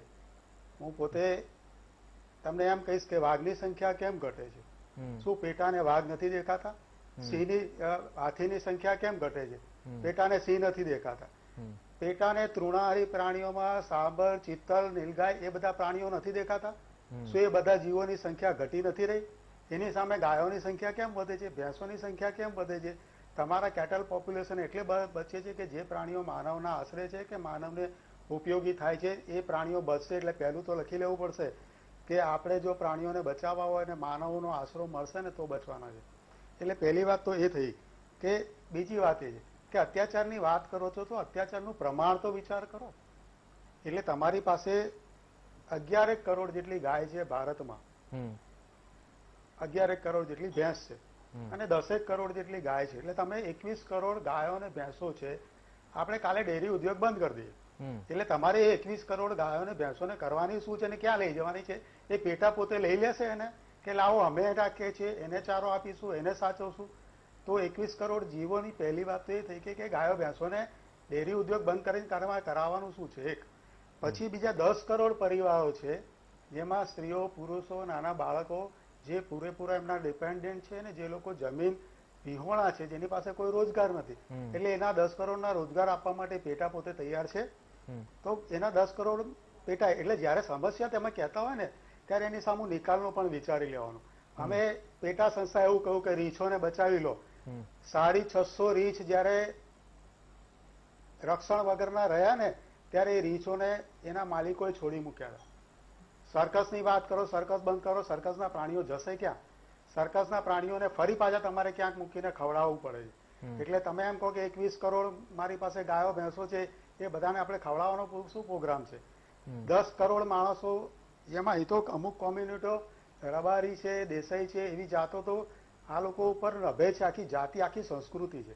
તમે શું એક ભારતની સંસ્કૃતિ આખી લુપ્ત કરવાની વાત કરો છો? એટલે તમારે વેગન કરવું હોય તો ના કોણ પાડે છે? ભાઈ તમે વનસ્પતિનું દૂધ પીવું હોય તો પીવો ને, તમે આ પીવો. અને આ દૂધ તમારે જોઈએ છે કે ભાઈ પ્રાણી દૂધ નહીં જોઈએ તો કેમ નહીં જોઈએ? તો કે અત્યાચાર થાય છે. અત્યાચાર થાય છે તો કેટલી સંખ્યામાં થાય છે? હવે તમે એની સામું, તમને શું મત્સ્ય ઉછેર સામે વાંધો છે? તમને સી ફૂડ સામે વાંધો છે? તમે કતલખાના ચાલે એની સામે વાંધો છે? તમે લોકો બીફ ખાય કે બકરી ઉછેર કરે એની સામે વાંધો છે? ત્યાં સીધી હત્યા થાય છે. માછલીઓ મારી જ નાખવામાં આવે છે ને બધી. ત્યાં તો અત્યાચારની વાત જ નથી. ઈંડા ખાઈ જવા માટે મરઘીઓ મારી નાખવામાં આવે, ચિકન ખાવા મરઘીઓ મારી નાખવામાં, તો એની સામે વાંધો છે? એવી સંસ્થાઓ સામે પહેલો વાંધો લો, કારણ કે એ તો 21 કરોડ ગાયો ભેંસોનો જ સવાલ છે અને એની અંદર 1 કરોડ સામે અત્યાચાર થતો એવું સમજી લઈએ. બાકી ભારત દેશમાં ગાયને માતા કહેવામાં આવે છે. કદાચ મિતભાઈને ખબર હશે કે 12 ચોથ નામનું વ્રત ઉજવવામાં આવે છે. તમે અત્યાચારની વાત કરો છો, પેટાએ તો આવું લેવું જોઈએ. કઈ ગાયને પૂજા કરે છે તો તમે એ વિદેશી સંસ્થાઓ ગાયની પૂજાને અંધશ્રદ્ધા માને છે. આપણને મૂર્ખ કહે છે. અહીં તો નાગને પણ પૂજીએ છીએ અમે અત્યાચારની વાત નથી કરતા. ભારતીય સંસ્કૃતિએ ક્યાંય અત્યાચારની વાત નથી કરી. જીવદયા પહેલો, અરે ગાંધીજી પોતે જીવદયાના માનતા હતા ને આપણે ત્યાં આખો એક જૈન ધર્મ છે. આખા ગુજરાતની અંદર જીવ હિંસાની વાત કરવા વાળા કોણ માણસો છે? માંસાહાર કરવો ખોટો નથી, તો શું આપણે બધાને માંસાહાર બંધ કરાવી દેવાનો છે? તો માંસાહાર બંધ કરાવી દો. તો માંસાહારમાં ભારતની વસ્તી કેટલી છે જે માંસાહાર બંધ કરે? તો પ્રત્યેક માંસાહારમાં મારા ટેબલ ઉપર આજે એક જીવ આવે છે, જીવ મરી જાય છે, એના પર અત્યાચારની વાત જ છોડ દો. તો પેટાને માંસાહાર સામું વાંધો છે? શું પેટા એમ કે છે કે માંસાહાર નહીં કરો? તો પહેલું તો એ કહેવું જોઈએ તમારે ડેરી બંધ કરો, આ બંધ કરો, તે બંધ કરો ની વાત સાથે આ બધા ઘણા બધા ઉદ્યોગો એવા છે. તમે કતલખાનાને કેટલી નોટિસ આપી? તમે કેટલા કતલખાના સામું તમે વિરોધ નોંધાવ્યો? પહેલા કતલખાના સામું વિરોધ નોંધાવો. જે બીફ ખાતા હોય એ લોકોને કહો બીફ ખાવાનું બંધ કરો. ભાઈ, વેગન દૂધની તો વાત બાજુ પર મૂકો. દૂધ પીવાની વાત કરતા પહેલા તો જે લોકો માંસાહાર કરતા હોય એમને જ ના પાડવાની જરૂર છે. શું એવું શક્ય છે? જ્યારે આપણે વિવેકપૂર્ણ રીતે ઉપયોગ કરીએ કે માંસાહાર ખાવા વાળી ઘણી બધી જાતિ છે, ઘણા લોકો છે, એ બધાને આપણે બંધ કરાવી નથી શકવાના. તો એ લોકો માંસાહાર કરે છે તો એને બંધ કરવા માટેનો વિરોધ કેટલો કરીશું આપણે? અને એવી પ્રજા તો કદાચ કેટલી મોટા પ્રમાણમાં. તો ઘણી વખતે આપણો વિરોધ છે જે એવો ના થાય કે એકદમ બાયસ હોય. આમાં બાયસતા દેખાય છે કે આપણો બાયસ છે એક જ છે કે આપણને ડેરી ઉદ્યોગ સામે વાંધો છે. અને એ તો સ્પેસિફિકલી મેદભાઈ આમ કહી રહ્યા છે કે ઇન્ક્રિમેશન થાય છે, એને પેલું ગર્ભાધાન કરાવે છે. હવે ગર્ભાધાન એ એટલો મોટો અત્યાચાર નથી કે ગાયની ઉપર તમે કતલ કરીને એનું બીફ ખાઓ. હવે બીફ ખાવા વાળા સામે આ બધી વાતો એવી છે કે એ વિષય જો ઉખેડીએ ને તો ઘણો મોટો વિરોધ થતો હોય ને ઘણા બધા આક્રોશ થતા હોય. એટલે આવા વિષયો જયારે લેતા હોઈએ ને ત્યારે પ્રાયોરિટી હું તો એ કહીશ કે પેટા સંસ્થા પોતે પોતાની પ્રાયોરિટી ડિસાઈડ કરે કે પહેલી ડેરી હોય કે પહેલા બીજી બધી બાબતો હોય. અને ઘણી વખતે એના વિકલ્પ પણ શોધવા પડે. આપણે કોઈ એક વિરોધ કરી દઈએ કે કાલથી ટ્યુબલાઇટ બંધ કરી દઈએ તો લાઇટ વગર ચાલવાનું છે તમારે? તો આવા બધા વિષયો છે કે જે હવે હું તમને કહું કે દેશમાં ઊંટની વસ્તી, ગધેડાની વસ્તી, ઘોડાની વસ્તી, ભૂંડની વસ્તી ઘટી રહી છે. કેમ ઘટી રહી છે? કારણ કે એને પાલન પોષણ કરવાની ક્ષમતા કોઈની રહી નથી. ઊંટનો ઉદ્યોગ અત્યારે કોણ કરશે? ઘેટાનું પાલન તો અત્યારે ઊનને કારણે થાય છે, પણ જે દિવસે ઊન લેવાનું બંધ થઈ ગયું એ દિવસે ઘેટાને રસ્તે મૂકી દેશે. આજે આપણે ત્યાં ગધેડાની સંખ્યા ઘટી છે. કેમ ઘટી છે? કે વાહનોના વિકલ્પ આવ્યા આપણી પાસે. તો વાહનોના વિકલ્પમાં લોકો પાસે છકડા છે, લોકો પાસે ટ્રેક્ટરો છે, લોકો પાસે ટ્રકો છે. હવે એને કોઈ ગધેડાની જરૂર નથી. તો આજે ગધેડાનું પોપ્યુલેશન ઘટે છે તો શું એ લુપ્ત નહીં થાય? તમે એમ કહો કે કાલે ડેરી ઉદ્યોગ બંધ થઈશું તો ગાયો અને ભેંસો જવાની ક્યાં છે? ધીરે ધીરે કરતા બધી કતલખાને જશે. અને કતલખાના છે નથી, હોવા જોઈએ ના હોવા જોઈએ મોટો વિષય છે. અને એની અંદર આ પક્ષે આટલા લોકો છે ને એને પક્ષે સામે પક્ષે એટલા લોકો પણ છે. તો જેને જે વાત છે એમાં આપણે પ્રાયોરિટી ટૂંકમાં નક્કી કરવી જોઈએ. અને આવું થઈ શકે કારણ કે આ ટોટલ બંધ કરવાનો અને વિરોધ કરવાનો અને એક તરફી વિરોધ કરવાનો. હા, એક સબ્જેક્ટની સાથે એટલે એક વિષયની સાથે ઘણા બધા વિષય જોડાયેલા હોય છે. ધરતીબેન, જ્યાં સુધી દૂધની વાત છે, આમ તો સ્પષ્ટ હેમંતભાઈ કહે છે કે ખાઓ, જેને ખાવું હોય, ન ખાવું હોય ના ખાઓ, પણ ગાય ભેંસનું દૂધ શા માટે ન ખાવું જોઈએ? કારણ કે જે અત્યારના હું માનું ત્યાં સુધી વિગનનું કલ્ચર વધી રહ્યું છે, સ્વીકાર્ય છે, વિદેશોમાં રાજ્યમાં પણ વધી રહ્યું છે, પરંતુ એની કરતાં 5 ગણું અથવા તો એની ગણા 7 ગણું હજુ પણ લોકો એવા છે જે ગાય ભેંસનું દૂધ પીવે છે. તો એ લોકોને શું બહુ બધી તકલીફો છે અને વિગન જે હોય અથવા તો જે વનસ્પતિજન્ય દૂધ પીતા હોય એને કંઈ તકલીફ નથી, એવું છે? એવું કમ્પેરિઝન છે? એવું કાંઈ નથી. હમ જે લોકોને મહેનત કરે છે એ લોકો બધું પચાવી શકે છે, હમ હમ અને જે લોકો ગાયોનું અને ભેંસનું પાલન પોષણ કરે છે, પોતાના ઘરે ગાયને પાળે છે અને એની સેવા કરે છે, હમ તો એ ભલે પીવે, એને અધિકાર છે. હમ પણ દરેક વ્યક્તિને જરૂર નથી, કારણ કે અત્યારનું જીવન લગભગ લોકોનું બેઠાડું જીવન છે. હમ અને આપણી માતાનું દૂધ એટલે કે હ્યુમન બિઈંગમાં જે દૂધ હોય છે હમ એ દરેક માતાનું દૂધ 0 ફેટ હોય છે. હમ અને બકરીથી લઈ અને ભેંસ સુધીના દૂધ એટલે કે 4 થી લઈને 12 ફેટ સુધીના દૂધ હમ બેઠાડું જીવનવાળી વ્યક્તિ પચાવી નથી શકતી. હમ એટલે જેને એક્સરસાઇઝ છે કે જે લોકો પોતાની ગાયો પાડીને આ રીતે દૂધ લે છે, હમ તો એને કોઈ વાંધો નથી પણ આવતો. એમ હમ ગાય આપણી માતા છે અને આપણે એને 33 કરોડ દેવતાની દેવી કહીએ છીએ. હમ તો બસ એક આ કતલખાને ન જાય હમ એ જ આપણો મુખ્ય મુદ્દો છે. ઠીક છે. કે હમ. આપણે હવે જો આપણી પાસે જેટલા દુધાળા પશુ છે હમ એટલું આપણી પાસે એનાથી પણ ડબલ અત્યારે વેચાણ છે. હમ તો શું આ દૂધ સાચું છે કે એમાં પણ કોઈ ભેળસેળ છે? હમ ભેળસેળના કારણે આપણે દૂધની ના પાડીએ છીએ. બાકી આપણે કોઈ અમૂલથી પણ કોઈ દુશ્મનાવટ નથી કે કોઈ પશુપાલકોથી પણ આપણને કોઈ વિરોધ નથી. હમ પણ બસ એક જ સવાલ છે કે જેટલો અત્યારે દૂધ અને દૂધની બનાવટોનો ઉપયોગ થઈ રહ્યો છે, હમ શું એ દરેક જગ્યાએ સાચું જ દૂધ આવે છે કે એમાં પણ કોઈ મિક્સિંગ, કોઈ મિલાવટ થાય છે, જેના કારણે આપણને રોગ થાય છે. હમ. જયેશભાઈ, જી, જે આપણે ચર્ચા જયેશભાઈ અહીંયા સાંભળી, અને હેમંતભાઈ બહુ સારી વાત કરી કે બાયસ વાત કરતું હોય પેટા એવું લાગી રહ્યું છે. મિતભાઈ પાસેથી આપણે એમનું લઈશું જવાબ. પરંતુ જયેશભાઈ, જ્યાં સુધી અત્યાચારની વાત છે, અથવા તો એક મુદ્દો ધરતીબેને પણ ખૂબ સારો કીધો, અને મને લાગે છે આ પણ ઘણો ચર્ચાયો છે કે જેટલી ગાયો અને જેટલી ગાયોનું દૂધ આવે છે એની કરતાં બમણી ડેરી પ્રોડક્ટ્સ બનતી જાય છે રોજ. તો આ કઈ રીતે શક્ય બને છે? થોડું એ પણ સમજાવો, કારણ કે આ સવાલ તો મને લાગે છે ડાયરેક્ટલી ઇનડાયરેક્ટલી કનેક્ટેડ છે આ બધી વસ્તુ સાથે. કારણ કે આપણે પણ જોઈએ છીએ કે જી, જયેશભાઈ પૂછો. જી, જયેશભાઈ. જે રીતે દૂધમાં ભેળસેળની વાતો છેલ્લા ઘણા સમયથી આપણા ત્યાં થઈ રહી છે, પણ ખાસ કરીને જે રીતે ભારત દેશમાં અમૂલ પર જે રીતે વિશ્વાસ છે, અમૂલમાં અહીંયા અમારા ચેરમેન બેઠા છે, 35 લાખ બહેનો જોડાયેલી છે. 35 લાખ બહેનો એક એક આઈડેન્ટિટી છે કે એની પાસે કેટલા જાનવર છે, કેટલું દૂધ આપે છે, કઈ દૂધ મંડળીમાં દૂધ ભરે છે, તમામ રેકોર્ડ કોમ્પ્યુટર સાથે જોડાઈને અમે એક નાનામાં પાયા સુધી જોડાયેલા છે. એટલે અમૂલમાં એક પણ લીટર ભેળસેળ વાળું દૂધ નથી આવતું, અમે ગર્વ સાથે કહી શકીએ છીએ.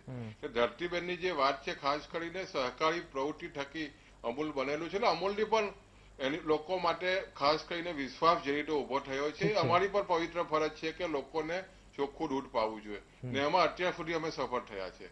જે રીતે મીતભાઈ વાત કરી રહ્યા હતા કૃત્રિમ વિજ્ઞાનની, જે ગર્ભધાનની વાત કરી રહ્યા છે, તમે જોવ તો 1965 સુધી આ દેશ આઝાદ થયા પછી 1965 સુધી વિદેશથી અનાજ મંગાવતો હતો. જે હરિયાળી ક્રાંતિ આવી એમાં પણ પાયામાં વિજ્ઞાન છે, અને આ કૃત્રિમ વિજ્ઞાનની જે વાત કરી રહ્યા છે એમાં વિજ્ઞાન છે. તમારે વધારે દૂધ આપતી ભેંસો, ગાયો પેદા કરવી હોય તો સ્વાભાવિક છે કે સારા આખલાનું વિજ્ઞાન કરાવવું પડે, અને એ પાયામાં અમે કરાવીએ છીએ. આજે તમે જો તો અમેરિકામાં 120 લીટર આપતી ગાયો છે, હજુ આપણે માન 25 લીટર ગાયો સુધી પહોંચ્યા છે.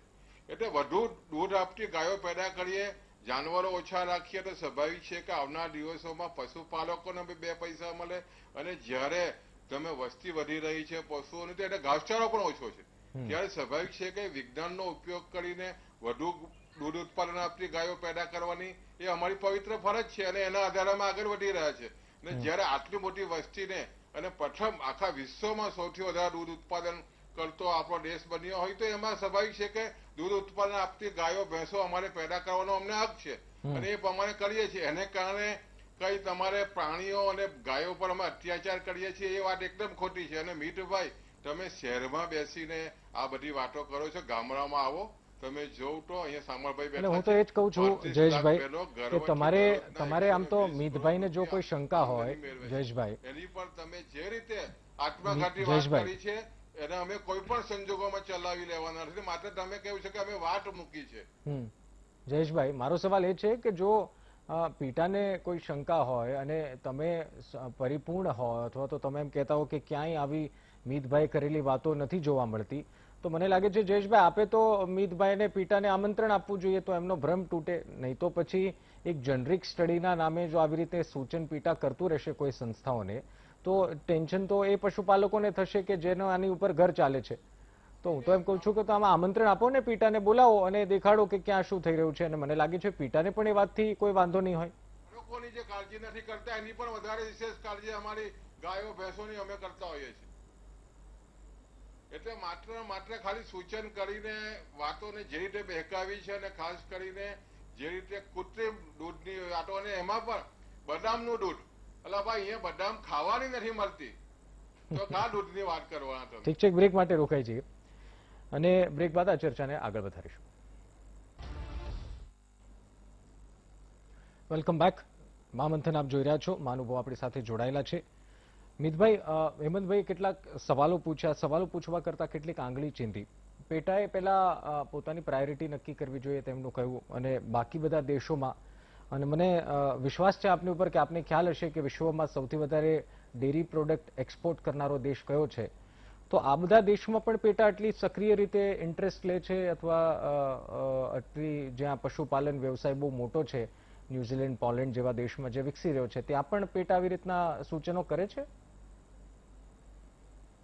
બિલકુલ, જ્યાં જ્યાં પેટા મોજૂદ છે જે કન્ટ્રીઝમાં, ત્યાં ડેફિનેટલી આ બધા મુદ્દા ત્યાં પણ લેવામાં આવે છે.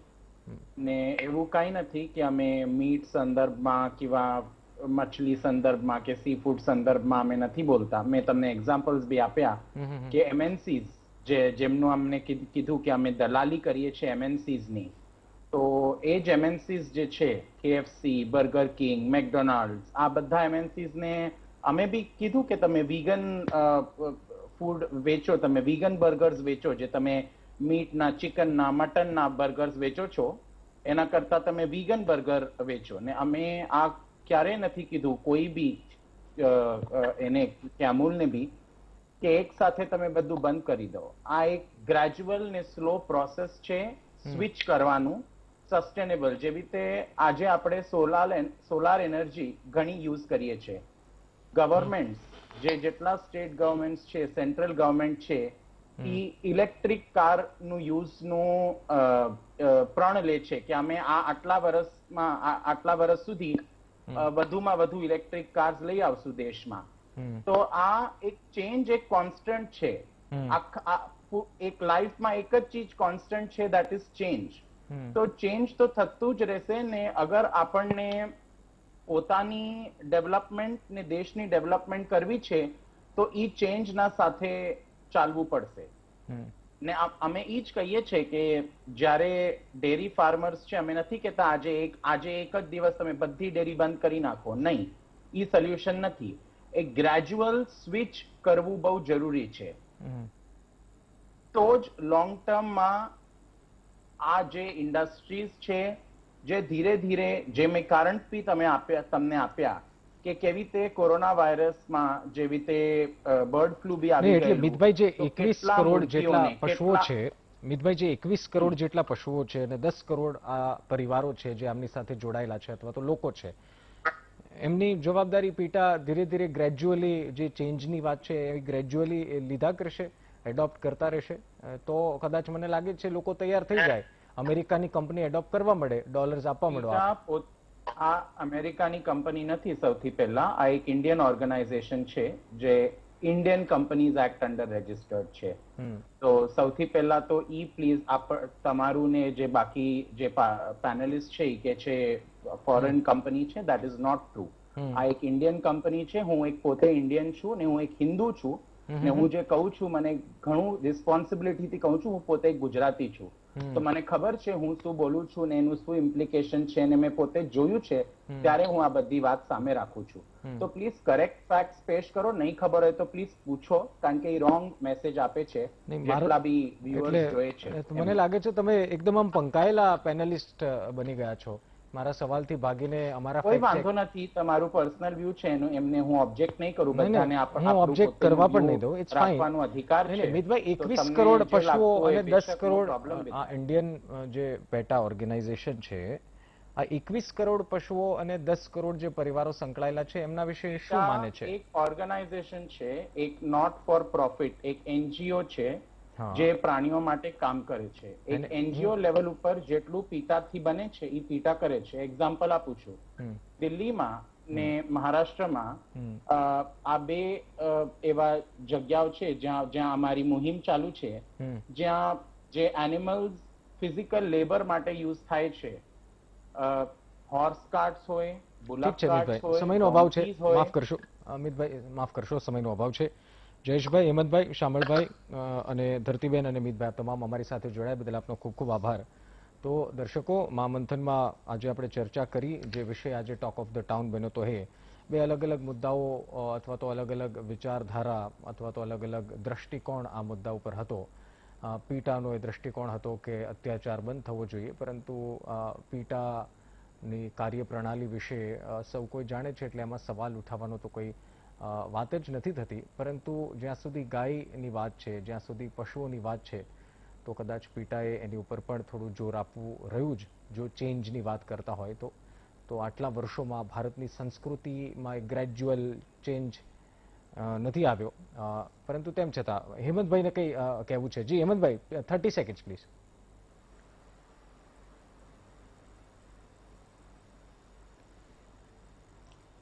યસ, મિતભાઈને મારે ધ્યાન દોરવું પડે કે પેટા વોઝ ફાઉન્ડેડ બાય 22મી માર્ચ 1980 રોકવેલિયા, યુનાઇટેડ સ્ટેટ. એનું હેડક્વાર્ટર યુનાઇટેડ સ્ટેટ છે. આપણી જોડે જુઠ્ઠી વાત કેમ કરે છે કે આ ભારતની સંસ્થા છે? મિતભાઈ કંઈ કહેવું છે? વાત કરીએ છીએ. હું પીટા ઇન્ડિયા માટે કામ કરું છું ને આ પીટા ઇન્ડિયા સંસ્થાની વાત ચાલે છે અહીંયા. ભારતની સંસ્થા ક્યાંથી થઈ ગઈ? મેં 6.5 લાખ મિલિયન એના મેમ્બર્સ હોય ઓલ ઇન્ડિયા ઓર વર્લ્ડના. પ્લીઝ કન્ફ્યુઝ નહીં કરો. નહીં, હું તમને એમ આ પૂછું સંસ્થા છું. પેટા ઇન્ડિયા સંસ્થા જુદી નથી. પીટા ઇન્ડિયા બિલકુલ છે, જુદી છે, બિલકુલ જુદી છે. નહીં, બોર્ડ ઓફ ડિરેક્ટર્સ અલગ છે. ઇન્ડિયા પેટા It is ઇન્ડિયાની એક managed by શાખા Indian હશે, people, બાકી not American in the company છે. US. મને આપ એમ અમેરિકન કહો, સંસ્થા છે. મને આપ એમ કહો કે પીટા જે ઇન્ડિયામાં બ્રાન્ચ છે અથવા તો આપ કહો અમેરિકાની છો કે સંસ્થા અલગ છે, એની ફાઉન્ડ ક્યાં થઈ બ્રાન્ચ હતી? નથી, એક ઇન્ડિપેન્ડન્ટ ઓર્ગેનાઇઝેશન છે. અચ્છા, આપને જે આ મેઇન આપનું હેડક્વાર્ટર તો શા માટે અમેરિકા કહેવામાં આવે છે અને હેડક્વાર્ટર શું કામ કહો છો? તો આપ હેડક્વાર્ટર નથી કહેવામાં આવતું. પીટા યુએસ ની અલગ અલગ બ્રાન્ચીસ છે. એમની મેઇન બ્રાન્ચ યુએસ માં જ્યાં છે એમનું એડ્રેસ છે. નહીં, મેઇન પીટા ઇન્ડિયા એક અલગ ઓર્ગેનાઇઝેશન છે. અચ્છા, આપની ઇન્ડિયન લોકો મેનેજ કરે છે, બધા Indian board of Amitbhai directors. આપ તો જબરા કન્ફ્યુઝ કરો છો. આપ નક્કી કરી લો ને કે બ્રાન્ચ છે, અલગ કામ કરે છે, એટલે બે અલગ અલગ કામ કરે છે. એક પ્રાણીઓ માટે કામ નથી કરતી. નથી. પીટા યુએસ એક ઇન્ડિપેન્ડન્ટ ઓર્ગેનાઇઝેશન છે ને પીટા ઇન્ડિયા એક ઇન્ડિપેન્ડન્ટ ઓર્ગેનાઇઝેશન. નહીં, બે અલગ અલગ કામ કરે છે એમ કહું છું. તમે યુનાઇટેડ સ્ટેટની અંડરમાં તમે કામ કરો છો. આ સંસ્થા ભારતની સંસ્થા કામ કરે જેટલું કહી દો.